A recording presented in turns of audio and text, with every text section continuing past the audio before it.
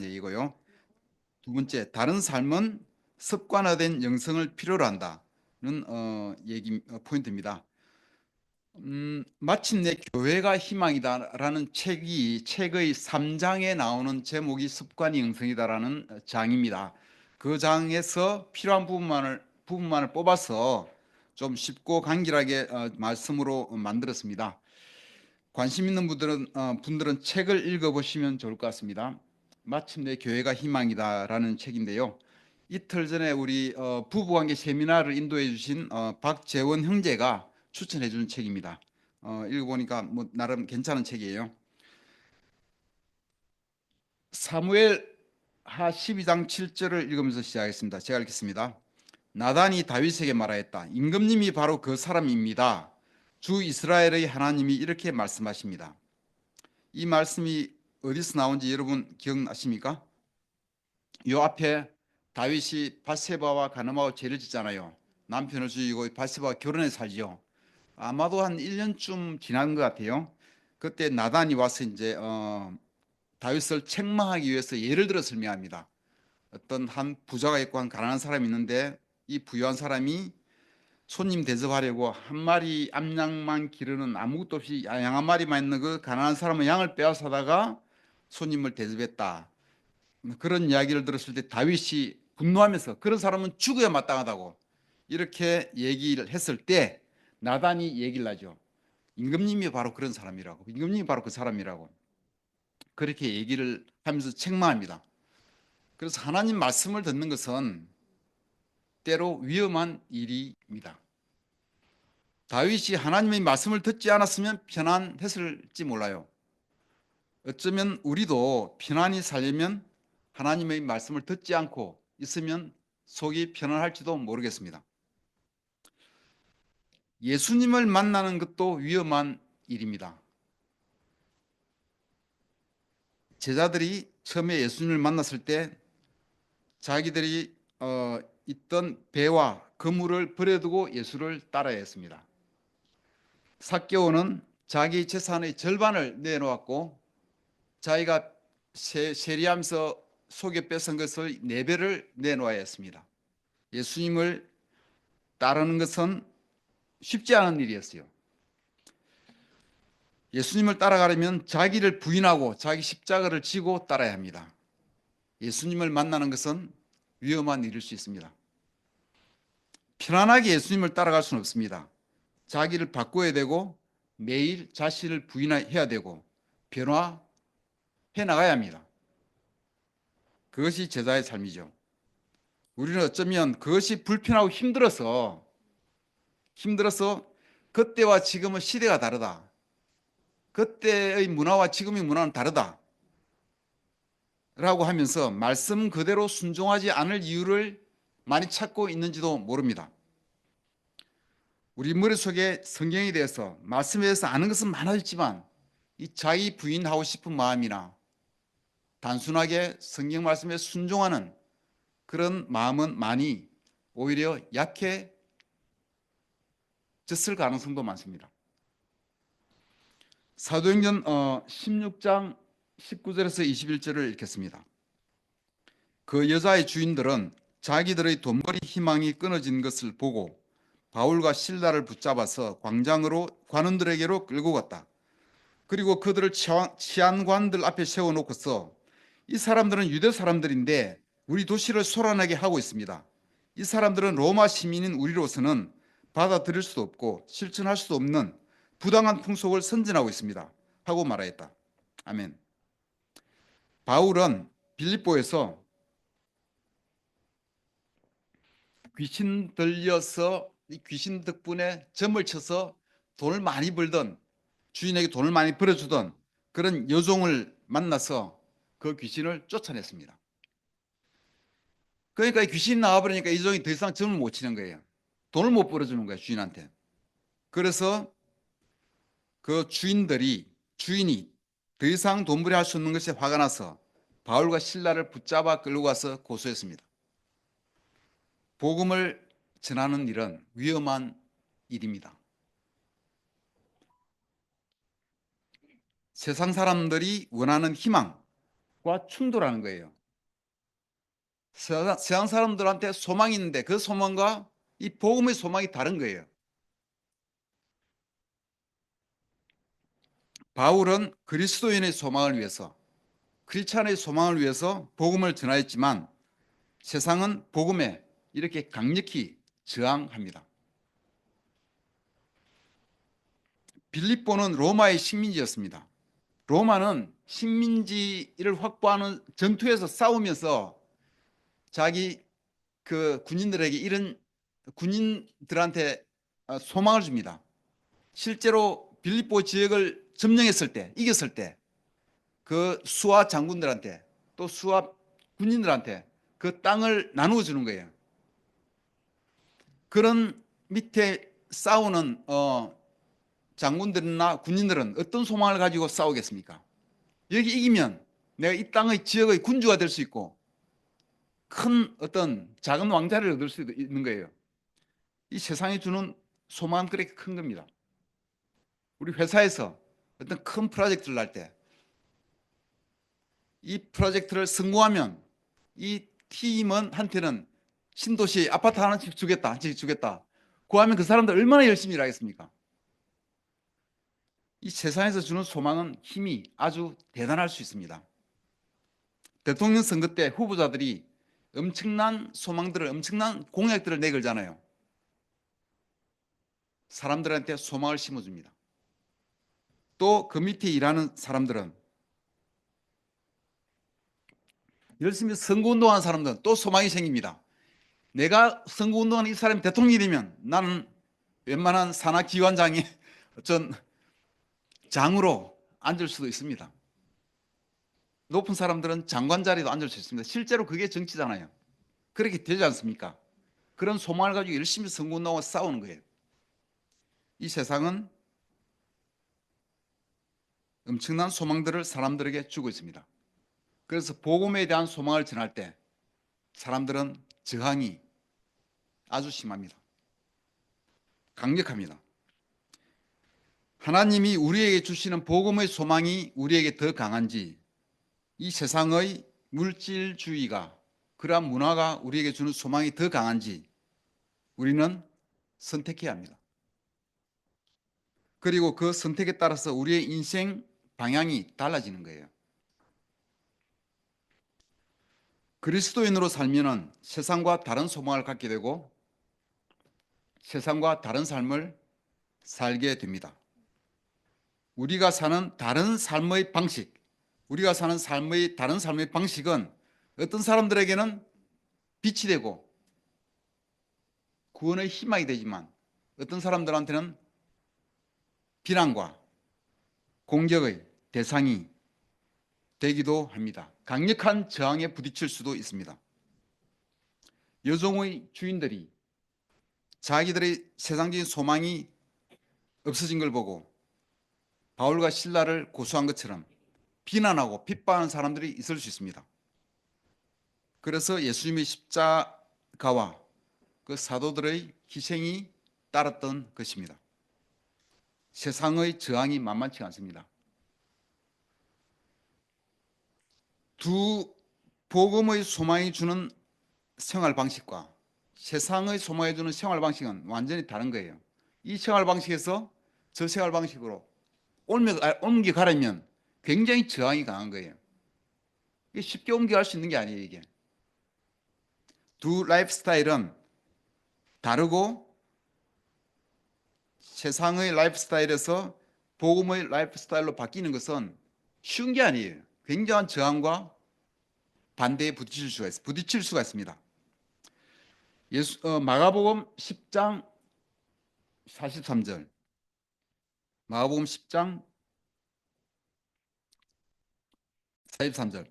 그러나 너희끼리는 그렇게 해서는 안 된다. 안 된다. 너희 가운데서 누구든지 위대하게 되고자 하는 사람은 너희를 섬기는 사람이 되어야 하고 아멘. 예수님은 세상과는 다른 소망을 주셨고 다른 라이프 스타일, 다른 삶의 방식을 우리에게 주셨습니다. 로마 제국은 땅과 집과 명예와 높은 자리를 소망으로 주었지만 예수님이 주신 소망은 다른 거였어요. 사랑의 삶을 주신 것입니다.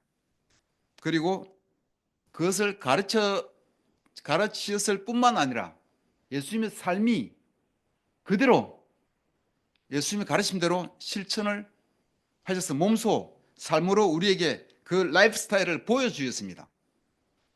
그리고 우리에게 똑같이 너희도 이와 같이 살라고 그렇게 하신 거예요. 우리에게 새로운 라이프 스타일을 주신 거예요. 예수님은 몸소 제자들의 발을 씻어 주셨습니다. 예수님이 잡혀 돌아가시 전날 밤에도 제자들의 발을 씻어 주셨고 그 전날 밤에 그렇게 하셨다는 것은 매우 중요하고 깊이 생각해 볼 필요가 있습니다. 여기에 온 세상을 향하여 주는 세상의 많은 문제들에 대한 그리스도의 대답이 담겨져 있다고 합니다. 예수님은 그렇게 사랑의 라이프 스타일을 보여주시고 우리들을 따라오라고 했습니다. 사람은 자기가 좋아하는 것을 하기를 원합니다. 자기가 사랑하는 것을 하기를 원합니다.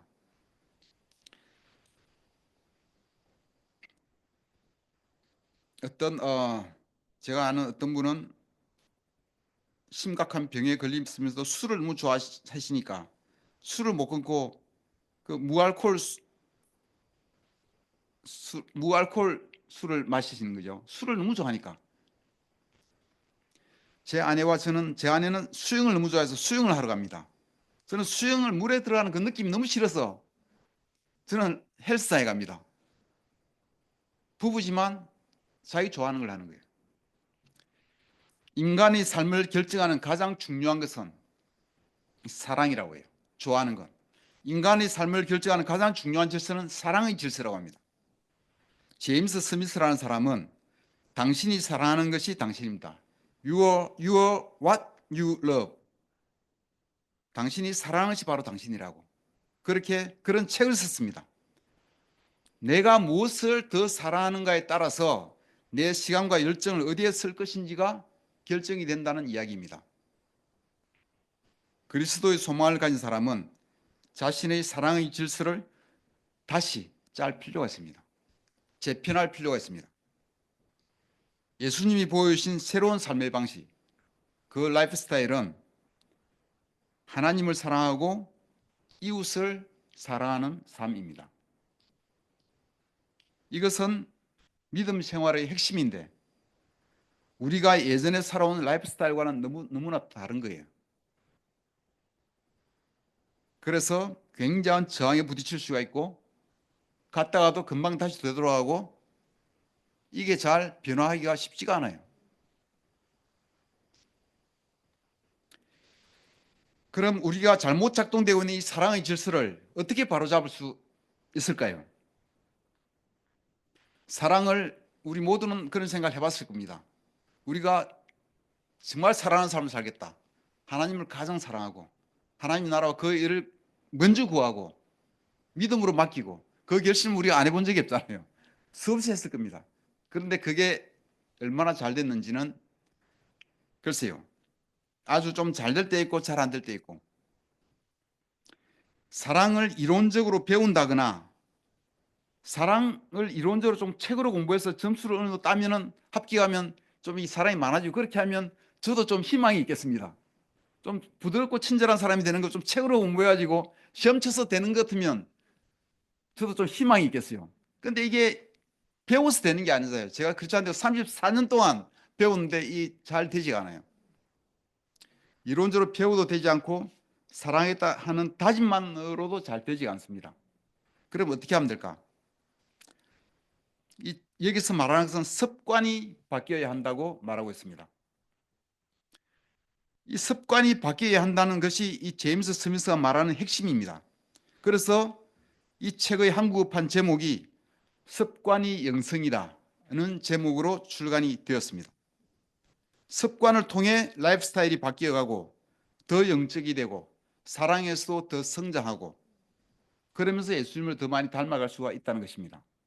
그것이 완전히 습관화되지 않으면 쉽지가 않다는 이야기죠. 누가복음 22장 39절을 보시겠습니다. 누가복음 22장 39절. 예수께서 나가시어 늘 하시던 대로 올리브산으로 가시니 제자들도 그를 따라갔다. 아멘. 인간의 몸에 밴 기억은 대단히 강력하다고 합니다. 몸에 밴 거. 어떤 사람이 기억상실증에 걸려서 자기 아내를 알아보지 못할 지경에 있다 할지라도 그 사람이 원래 평소에 수영했던 사람이라면 수영은 잘 할 수 있대요. 자기 이름을 잊어버려도 자전거를 탈 수가 있다고 합니다. 또 피아노를 평소에 치는 사람은 피아노는 잘 친대요. 이 몸으로 익힌 거는 안 잊어먹고 잘 한대요.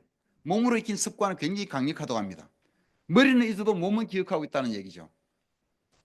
그래서 여러분 군대 가면 제일 처음 단체로 배우는 게 아마도 제식 훈련이라는 걸 배울 겁니다. 배운 거 맞아요? 저는 군대를 안 가봐서 모르겠는데. 근데 고등학교 때 교련 시간에 배웠어요. 제식 훈련, 차렷 열중시켜 앞으로 가, 뭐 뒤로 돌아가, 뭐 이런 거. 그 단체로 몸부터 다듬는다고 합니다. 그렇게 몸의 통제를 먼저 하면은 이 사람 의식이 따라간대요. 몸이 바뀌면 의식이 바뀝니다. 그래서 습관이 중요하다는 거예요. 우리 몸으로 하는 습관을 들이는 게 그만큼 중요하다고 이야기합니다. 예수님은 습관적으로 늘 하시던 대로 습관적으로 영어로 보면 as usual 평소에 하던 대로 습관을 따라 기도하셨습니다. 습관은 믿음 생활에 꼭 필요합니다. 교회에 와서 딴 생각을 하더라도 안 오는 것보다는 낫습니다. 오다 안 오다 이렇게 하지 말라는 얘기예요. 오는 거는 무조건 오는 거예요. 그 뭐 특별한 뭐 인정할 만한 사정이 있으면 뭐 그거는 억지로 그런 게 아니라 다른 사유로 안 오는 거는 하지 말라는 얘기예요. 예를 들어서 우리가 부모님을 찾아뵐 때마다 부모님을 사랑하는 마음, 온 마음과 정성을 다해서 찾아뵈면 그보다 더 좋은 건 없겠죠. 그렇지만 바쁘다 보면은 쉽지가 않아요, 이것도. 어떤 때는 부모님 찾아가도 또 너무 힘들어서 짜증날 때도 있고 어떤 때는 이게 참 마음이 힘들 때도 있을 것입니다.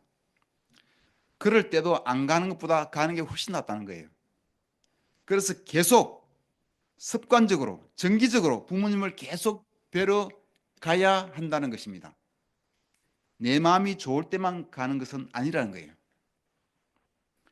그렇게 계속 정기적으로 습관적으로 가다 보면 이 관계도 좋아지고 정도 쌓이고 미운정 고운정 쌓이면서 관계가 깊어질 수가 있다는 이야기입니다. 예배도 마찬가지입니다. 주일 아침에 부부 싸움을 하더라도 또 다른 기분 나쁜 일이 있더라도 예배는 참석해야 돼요. 제 기억이 아마도 확실하다면 제 기억이 확실하다면 저는 부부 싸움했다고 제가 교회 가지 않은 일은 한 번도 없었던 것으로 생각이 됩니다. 그 기억이 안 나요. 부부 싸움 해서 억지로 교회 간 기억은 많이 있어요. 굳은 얼굴로 교회 들어갈 때 사람들이 내 얼굴 보고 내가 굳어 있기 때문에 참 힘들었어요. 그래도 갔어요. 가서 굳은 얼굴로 찬송을 부르고 너무나 힘들었어요. 남이 나를 볼까 봐 힘들었어요. 굳은 얼굴로 예배를 드리면서 찬송을 부르고 말씀을 듣고 그리고 끝나고 소그룹끼리 식사하고 시간 보내고 집에 돌아올 때쯤이면 한결 제 마음이 아내와 화해할 마음의 준비가 되어 있는 것을 경험할 때가 자주 있었습니다. 교회 가는 것은 습관적으로 가야 합니다. 사정 따져서는 안 됩니다. 습관이 되어야 돼요. 더 싸울 일이 있더라도 예배 끝나고 집에 와서 본격적으로 싸우면 되니까 예배는 와야 됩니다. 제가 이제 말씀을 한번 나눴던 것 같은데 교회 주중 예배 때 교회 와서 이 마음이 약해지니까 교회 와서 제일 뒤에 앉았어요. 그러니까 점차도 교회 가기 싫어요. 주중 예배 때. 나중에 주중 예배 때 안 갈 수는 없고 자꾸 안 가고 싶은 안 갈 핑계를 자꾸 찾는 것 같더라고요. 무슨 일 있으면 안 갈래 그러고 그러다가 어떤 일을 계기로 마음의 결정을 하고 가서 제일 앞자리에 앉았어요. 그 제일 앞자리에 앉아서 계속 가다 보니까 이게 습관이 되고 나중에는 다른 사람을 뒤앉은 친구를 불러서 앞자리 내 옆에 앉히고 하면서 이게 습관이 되니까 설교가 좋든 말든 비가 오나 눈이 오나 이 습관이 되니까 디폴트로 자동적으로 가게 되는 거예요. 운동하는 습관도 중요합니다. 운동하는 습관을 들이면은 운동하지 않는 게 더 힘들어요. 저는 얼마 전까지만 해도 헬스장에 가는 게 어쩔 수 없이 운동해야 되니까 갔습니다. 근데 지금은 좀 즐겨요. 가서 뛰고 땀 흘리는 게 즐거움을 알겠고 끝나고 내온탕 하는 게 즐거움을 알겠고 갈 때 기대감을 안고 갑니다. 그 요즘은 거의 뭐 특별한 일 말고 오늘처럼 오후에 미팅하고 시간이 전에 안 나면 못 가요. 일주일에 하루 정도는 시간대 못 갈 때가 있는데 그래도 일주일에 거의 매일 가고 있습니다.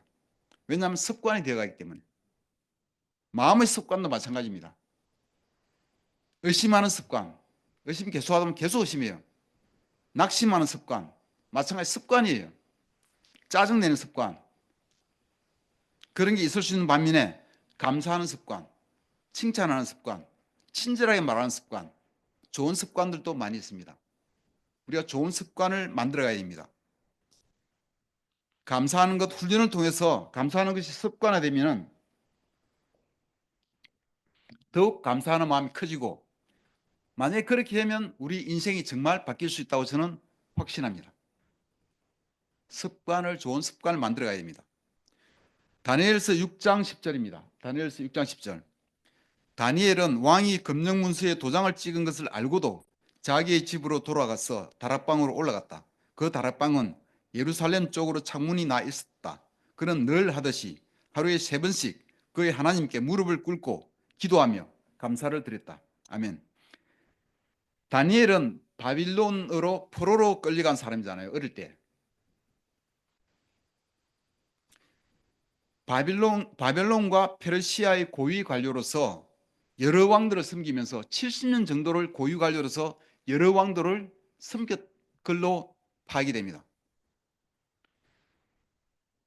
믿음의 승리자죠, 정말로. 다리오 왕 시대에 이 다니엘을 시기한 총리들과 지방 장관들은 이 다니엘에게 해를 끼칠 생각으로 왕에게 요청해서 30일 동안 왕 아닌 다른 신에게 기도하는 사람은 사자굴에 던져넣기로 금융무수에 도장을 찍게 했습니다. 다니엘은 이것을 알고도 자기의 집 다락방으로 올라서 예루살렘 쪽으로 나 있는 창문을 향해서 늘 하듯이 하루에 3번씩 거의 하나님께 무릎을 꿇고 기도하면서 감사를 드렸습니다. 그러니까 이 일이 있기 전에도 매일 하루에 3번씩 무릎 꿇고 기도를 했다는 얘기예요. 이 습관이 이렇게 기도하는 습관이 다니엘의 믿음을 강하게 만들었을 줄로 믿습니다. 생각해 보세요. 그 바빌론으로 끌려가서 얼마나 어려운 여건이었습니까? 그게 여기 사람들 안 보세요. 자기를 모함하고 시기하고 없애려고 해를 끼치려고 이런 사람들 사이에서 70여 년을 여러 왕들을 섬기면서 제국이 페르시아로 바뀌어도 그래서 섬기면서 나중에는 미래를 받아서 다 예언하고 그러잖아요. 믿음의 승리자죠. 그 여건이 얼마나 험난한 시대, 험난한 여건이었음에도 불구하고 믿음으로 승리했던 인물입니다. 그 동력이 어디서 나왔을까? 하루 3번씩 기도하는 습관에서 나왔을 것으로 보는 거죠. 코로나 기간에 여러 교회들이 교회에서 모이지 못하니까 교회 문을 닫게 되다시피 하고 모두 유튜브 예배를 드렸습니다. 많은 교회들이 이 시기에 실제로 문을 닫았다고 합니다. 이 시기에 교회를 떠난 교인들이 돌아오지 않았대요. 돌아와도 일부만 돌아오고 거의 돌아오지 않았대요. 그래서 문을 닫았다는 얘기를 많이 들었어요. 헌금도 반토막이 나고 감사한 것은 우리 교회는 코로나 기간 동안에도 헌금도 줄어들지 않고 오히려 늘어났고 코로나 기간 끝나고도 한 명도 누구도 코로나 때문에 교회 나오지 않은 사람은 없습니다. 왜 그럴까요? 우리 교회 형제자매들은 개인적으로 아침마다 하나님과 개인적으로 시간 보내잖아요. 말씀 보고 기도하는 습관이 있잖아요. 습관. 코로나 안 나오도 교회 못 나오더라도 우리 교회 형제자매들은 개인적으로 하나님과 그 큐티하는 습관 때문에 개인적으로 믿음이 강하게 있기 때문에 코로나가 아니라 그 어떤 일이 있어도 이 믿음을 약하게 만들기 쉽지 않아요. 그래서 우리 모두는 건재할 수가 있는 거예요. 그 우리의 습관 때문에, 하나님과 보내신 습관 때문에. 아마 코로나보다 더 힘든 일이 생겨도 우리는 아마 건재할 겁니다. 약해지지 않을 거예요. 왜? 하나님과 시간 보내는 습관 때문에. 다니엘은 그 악한 사람들 틈에 살면서도 기도의 습관이 있었기 때문에 승리할 수 있었습니다. 생각해 보면 다니엘을 사자굴에 집어넣은 사람은 누구예요? 사람이잖아요, 사람. 왕이 아니라 다니엘을 시기한 그 사람들이 한 거거든요.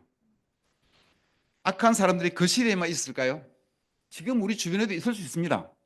사람들은 선한 면도 있지만 악한 면도 있어요. 심지어 교회 안에서도 영적이지 않은 일이 있을 수 있고 악한 일이 있을 수가 있습니다. 죄인들이 모여 있는 곳이 교회예요. 교회에서 힘든 일이 생긴다고 여러분 실망하지 마세요. 우리 죄인들이 모여 있는 곳이기 때문에 때로 그런 일이 생길 수가 있습니다. 실망할 필요 없고 문제는 세상이 또 교회가 여건이 흠난하다고 불평하면서 원망하면서 지낼 필요가 없다는 거예요. 우리도 다니엘처럼 우리의 큐티를 좀 더 퀄리티 있게, 좀 더 깊이 있게, 좀 더 많은, 좀 더 자주 보내면서 기도하는 습관으로, 하나님과 보내는 습관으로 그 모든 것을 이겨나갈 수 있는 우리 모두가 되기를 바랍니다. 좋은 습관은 연쇄적 반응을 일으킨다는 이론이 있습니다. 좋은 습관 하나 생기면 연쇄적으로 굉장히 좋은 일들이 많이 생긴다는 거예요. 예를 들어서 기도의 습관은 삶 전체에 영향을 미칠 수가 있습니다. 시간을 정해서 하나님과 교제하고 기도하는 습관을 잘 가진 사람은 성령님의 열매가 풍성해지고 그러면 화내는 일도 줄어들고 저 같으면 좀 더 친절해지고 사람도 좀 더 많아질 수가 있고 그러면 관계도 더 좋아지고 그러면 내 얼굴에 기쁨도 더 커지고 이 뭐 삶 전체가 영향을 받는 거예요. 습관이 지속되면 마음이 변합니다. 내 마음이 움직여서 뭐 하려고 하지 말고 내 마음이 움직여서 성경을 보고 싶기 때문에 보는 게 아니라 페이크라도 그냥 보고 싶지 않아도 그 시간 되면 딱 앉아서 보고 하는 습관을 들이는 게 되게 중요합니다. 소년원에서는 아이들을 위한 직업 재활 교육이 시행됩니다. 목공일을 가르치고 컴퓨터도 가르치고 또 여러 가지 직업의 교육이 시행되는데 그중에 한 직종은 이 직종을 배운 소년은 재범률이 굉장히 낮다 그래요. 그 직종이 뭔지 아세요? 제빵이 제빵. 빵 만들려고 하면은 새벽에 일찍 일어나야 돼요. 5시부터 빵을 구워야 되는데 보니까 빵 반죽을 5시 해두고 2시간을 이 부풀 동안 기다려야 되는 모양이에요. 두 시간 후에 어디 오븐인지 어디 집어넣고 또 몇 시간 기다리고 그 빵 그 공정 순수가 있는 거예요. 그런데 그 시간을 사람이 그 기계 순서에 따라가야지 내가 뭐 바쁘다고 좀 미루고 이렇게 할 수가 없는 거예요. 그러다 보니까 굉장히 사람이 몸이 이 성실하게 움직일 수밖에 없는 거야. 쉬고 싶다 쉴 수 있는 것도 아니고 이게 다른 일은 목공일을 좀 쉬었다 하자 이렇게 할 수 있는데 이거는 그렇게 할 수 없는 거예요. 이 몸이 제빵 순서의 이 뭐지 공정 순서에 매이는 거예요. 몸이 성실하게 되고 이 몸이 성실하게 되니까 마음도 성실하게 바뀌는 거예요. 그러다 보니까 이 제빵을 배운 소년들은 나중에 재범률이 굉장히 낮아지게 된다고 합니다. 습관이 그만큼 중요한 것입니다. 마음이 없어도 몸으로 습관을 만들면 나중에 마음이 따라온다는 거예요. 시편 46편 10절을 보시겠습니다. 그가 너희는 잠잠하라. 내가 하나님인 것을 알아라. 내가 세상 모든 나라 가운데서 높임을 받으리라 하시는구나. 아멘. 마무리하겠습니다. 우리는 영적인 습관을 만들어야 합니다.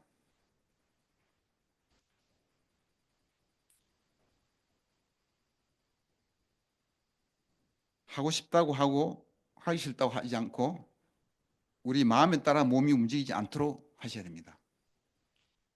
우리의 영적인 습관은 만드는 것도 우리의 결심만으로는 잘 되지 않습니다. 영적인 습관을 통해서 우리가 예수님을 더 닮아갈 수 있는데 이 훈련을 많이 해야 돼요. 이 말씀처럼 내 마음을 가만히 잠잠하는 이런 훈련을 많이 해야 돼요. 하나님만 의지하며 바라보는 훈련을 스스로 지속적으로 시간을 정해두고 해야 합니다. 그러기 위해서는 조용한 어떤 정해진 시간, 오늘 일찍 일어나면 일찍 하고 늦게 일어나면 늦게 하고 이게 아니라 빵 만드는 공정처럼 몇 시부터 몇 시에 이 공정이 정해져 있는 거예요. 그 시간은 무조건 하는 거예요. 조용한 어떤 시간을 정하고 또 장소를 마련할 필요가 있습니다. 정해진 일정한 시간에 말씀을 보고 기도하는 습관을 만들 필요가 있습니다. 다니엘의 기도에서 놀라운 점은 그런 위협적인 상황에서 무릎을 꿇고 하나님께 기도하는 것도 놀랍지만 그러한 상황에서 감사를 드렸다는 포인트가 정말 놀랍습니다. 이 둘 중에 어느 게 더 어려울까요? 그 위협적인 상황에서 기도하는 게 더 어려울까요? 감사를 드리는 게 더 어려울까요? 어쨌든 기도하는 거는 그냥 우리 몸만 움직이면 기도할 수 있어요. 근데 감사하는 마음은 몸보다 좀 더 어려워요. 감사하는 마음을 갖고 싶어도 이 좀 더 어려워요. 그런데 우리가 지금 배우고 있는 말에 의하면은 배우고 있는 이 말씀에 의하면 조용한 장소에서 정해진 시간에 말씀 보고 기도하는 습관을 들여서 이 습관을 계속 하다 보면은 감사하는 마음도 믿음도 점차 커질 수가 있다는 겁니다. 우리 몸이 습관을 들여가면 마음이 따라올 수 있다는 겁니다. 습관을 만들고자 하면 중요한 것이 반복하는 것입니다.